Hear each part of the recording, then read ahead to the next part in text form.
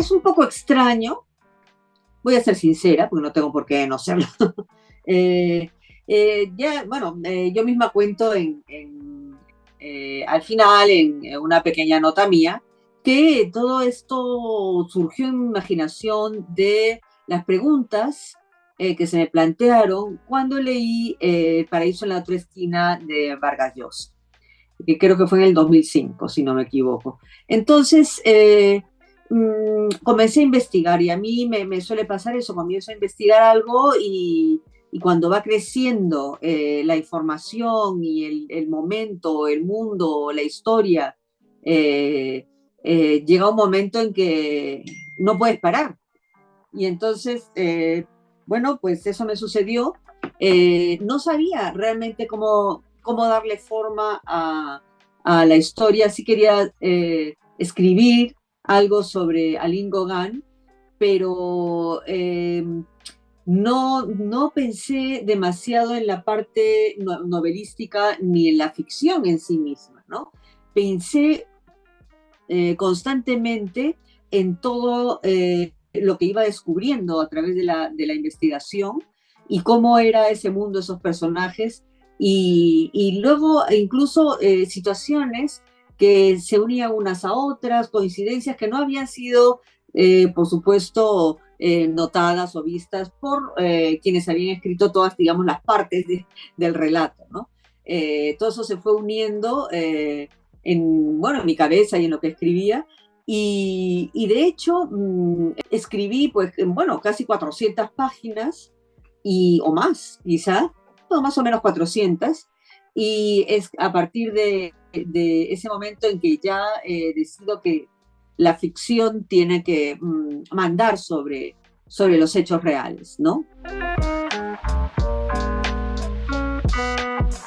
En realidad, lo que yo quería saber era, bueno, vamos a ver, la primera pregunta que se me planteó de lo que yo estaba diciendo antes era por qué Paul Gauguin no supo mayor cosa sobre su abuela, Flora Tristán, que en su momento fue realmente una persona muy notoria en el país, en París y entre la intelectualidad bueno, pues de la primera parte del siglo XIX, ¿no? Más o menos sí. Y entonces mi respuesta inmediata fue porque la madre no quiso que su hijo supiera de la abuela. Razones de sobra había, ¿no? Porque ella había tenido una infancia muy angustiosa, tanto por parte de la madre como de su padre, en fin, ella supongo que quiso evitar que los hijos conocieran todas esas situaciones desgraciadas de su infancia, y como en realidad tampoco tenía lazos familiares con nadie, prefirió que sus hijos ignoraran esto, ¿no? Y sobre todo porque, claro, Flora Tristán fue no solamente una personalidad arrolladora, sino una persona que quiso cambiar el mundo, ¿no? Y finalmente Paul Gauguin a su manera también lo quiso. Yo no digo que sea hereditario, pero ya que haya dos personajes de la talla que tuvieron ambos, cada uno en su territorio, ella pues como una activista, precursora del feminismo, incluso de socialismo, y él como, digamos, rompiendo las reglas de la pintura y a su manera, ¿no? Entonces yo la veía ella como, ¿por qué ese enlace y por qué ese silencio, ¿no? Entonces, de hecho, lo último, teniendo ya todo escrito, que me interesó ver y que estaba ahí todo el tiempo era la propia protagonista, ¿ya? Y hasta que no me di cuenta yo que tenía que darle todo el peso a ella, la novela no terminó de estar lista. Estaba escrita, pero no estaba lista. Oye, de repente la que no estaba lista era yo, ¿no? Entonces, y esto ha sucedido, este proceso de investigación, escritura y todo, empezó casi en 2005, o sea, ya casi, bueno, antes, sí, en 2003, sí, porque sí, han sido 20, desde 2003 más o menos, o así, que salió la novela de Vargas Llosa, y en el último año es cuando finalmente cambié, digamos, la estructura y le di un poco más de peso a Aline Gauguin, y es así cuando finalmente todo salió rodando. Inmediatamente un editor quiso publicarla, se publicó y la verdad es que creo que está gustando, estoy contenta. El otro día hice una presentación en una librería de esta novela y, invité a que lo hiciera una psicoanalista, ¿no? Y fue súper interesante porque en realidad, bueno, yo también mientras lo escribía sabía prácticamente lo que iba a analizar ella, ¿no? Por un lado también yo me había dado cuenta y lo puse, lo armé bien, de alguna manera que se quedara claro, ¿no? Hubo una gran ruptura entre Paul Gauguin y su madre de la que él no fue consciente, ¿no? Y como esas cosas que se dan en la infancia, de por qué en determinado momento su madre deja de, no te digo de quererlo, pero lo aparta de sí, ¿no? Entonces, eso yo creo que obviamente deja unas señas en la psicología de la persona y ese evento, que no sé si decirlo o no, vamos a dejar que no, está relacionado con una situación de ella cuando era niña, ¿no? Una vejación que ella sufrió y que luego vio reflejada en su hijo, ¿no? Ella, de alguna manera, vio en ese hijo suyo al agresor, ¿no? Y entonces eso obviamente le produjo a ella un retroceso y a él una situación de desvalidez que no se explicaba. Recordemos que esto era pues también, bueno, Paul Gauguin nació en 1848, pues esta situación se puede haber dado antes de que cumpliera 10 años, ¿no? Entonces, todo contribuye a precisamente al retrato que él hace de su madre 20 años después de que ella hubiera muerto, ese primero que él hace de ella, y casi prácticamente el único, porque hay un par de apuntes más pequeñitos, unas acuarelas, pero que no tienen el nombre, el retrato y la identificación. Y lo más raro es que, claro, él pinta este retrato y la pinta a la madre como niña, como adolescente, o como puber, digamos, ¿no? Porque, digamos, sí, justamente que esa es un poco el momento en la que ella más o menos tiene esta experiencia tan terrible para ella, ¿no? Y que él ignoraba hasta que ella era mayor, ¿no?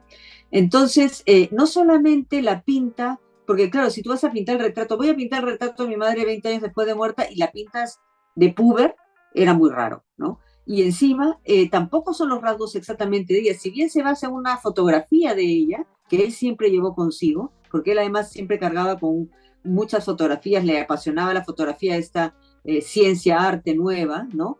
Y así queda también patente en el libro.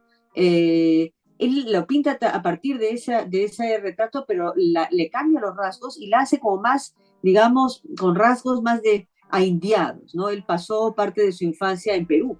Esa es otra de las razones por las que me interesó también indagar y luego volveremos sobre eso, pero básicamente ese retrato es un retrato psicológico de unos traumas suyos que también quizá tengan que ver con la afición de él por las niñas, las púberes, porque este retrato lo pinta justo, lo termina justo antes de partir hacia Tahití.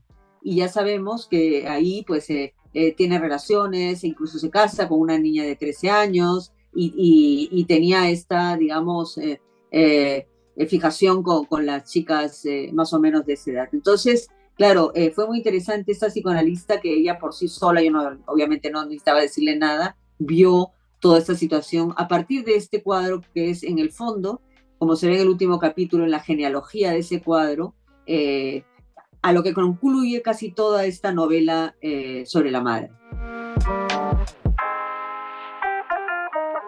Los estudiosos de su obra desconocen el Perú y el pasado precolombino, el arte precolombino, que es extraordinario. De hecho, no solo los investigadores de su obra, que sí lo mencionan, pero muy de paso, ¿no? Yo como sí conozco un poco más, porque yo soy peruana, sobre todo, bueno, vivo hace 40 años en España, pero obviamente es muy fuerte mi relación con Perú. Y sobre todo tengo una extraordinaria admiración y una curiosidad insaciable por las culturas precolombinas y su arte que me parecen fascinantes. Alin Gauguin coleccionó arte precolombino, tantas cerámicas, los guapos, como textiles, ¿no? Y se los llevó a Francia. Y si bien en esa época tampoco se conocía tanto como se sabe hoy, Paul Gauguin creció con estos adornos en su casa y cuando él se casa joven, antes de dedicarse a la pintura y todo eso, se lleva a su casa, porque eso también lo dicen en la biografía, y en su casa la decoración tiene bastantes objetos precolombinos, de los que quedaron, porque claro, de la colección de ella, una parte se perdió, digamos, se destruyó en el incendio que hubo en su casa pues durante la guerra de Francia y Prusia. Entonces, Paul Gauguin conocía hasta cierto punto lo que podía conocer y se interesaba. Si su regreso, digamos, no solo el suyo, sino en su época, primero posimpresionista, esta fascinación por lo exótico, por lo oriental, por los grabados japoneses y todo eso, teniendo en cuenta que él había sido marino mercante él se embarcó, pues, creo que a los 16 o 17 años, no, sí, intentó esa hora, a los 18 creo que se embarcó y dio la vuelta al mundo, ¿no? Porque estuvo por lo menos de 2 o 3 años embarcado y digamos que sí. Entonces, de alguna manera, yo creo que, y por lo que decíamos antes, este desarrollo de su pintura y de su mundo, ese amor por lo que él consideraba a la vez puro y primitivo, ¿no? Esa infancia perdida, o esa infancia, digamos, ese paraíso de la infancia perdida, es lo que él va a buscar cuando va a la Polinesia, ¿no? Porque es también justamente la etapa antes de que su madre sintiera ese rechazo por él, ¿no? O sea, ese era un poco el mundo que para él era puro y lo que el mundo, la civilización occidental había perdido y por eso él se va y ahí termina pues sus vidas y pinta lo mejor de su obra, ¿no? Yo leo bastante, cosas muy diversas, pero había pensado en algunas obras entre las que he leído últimamente, que quizá no hayan sido, alguna no suficientemente recomendada y que me parece que vale la pena incidir en ella, ¿no?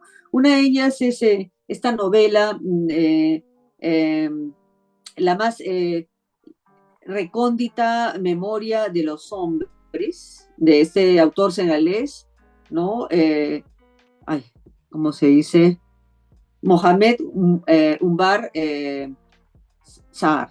Mohamed Ungar Sar, que ha sido premio Goncourt y además es una novela muy sorprendente en muchos sentidos, profundamente contemporánea, apasionada por la literatura y que nos invita a acercarnos tanto a la cultura senegalesa como a los prejuicios que se tienen de los autores africanos, ¿no? Luego también la que he leído últimamente, que es esta que ha salido hace poco, Personas Decentes, de Leonardo Padura, que yo creo que es una novela muy bien estructurada, de esta serie de su detective Mario Conde, ¿no? Ya él un poco mayor y eso, y está minuciosamente construida, aunque yo tendría algunas preguntas que hacerle, ¿no? Al respecto, más que nada porque quizá es una novela, bueno, vamos a dejarlo así. Es no voy a decir una cosa enigmática, es una novela del siglo pasado, aunque es perfecta en su forma y muy entretenida de leer, ¿no? Luego, mm, para incidir en una novela que he leído y que yo sé que todo el mundo ya sabe que es buenísima, de Sara Mesa, que es La familia, ¿no? Yo creo que Sara Mesa, desde la tristísima desaparición de Javier Marías, es la autora española que más me interesa, ¿no? Voy a estar esperando cada obra suya con avidez y no voy a tardar en leerla porque creo que tiene la sensibilidad y la escritura suficiente para tener esa entidad, ¿no? Y bueno, un ensayo que también me pareció interesante, El fin de las novelas de amor de Vivian Gornick, ¿no? De Sexto Piso, que como ensayo también ha sido muy revelador, porque, bueno, es una mirada sobre, digamos, el amor romántico, no solo en la literatura, sino incluso en nuestras vidas, ¿no? Y cómo esas novelas se leen hoy a la luz de una visión feminista, sí, pero no reduccionista para nada, ¿no? Sino con profundos conocimientos literarios.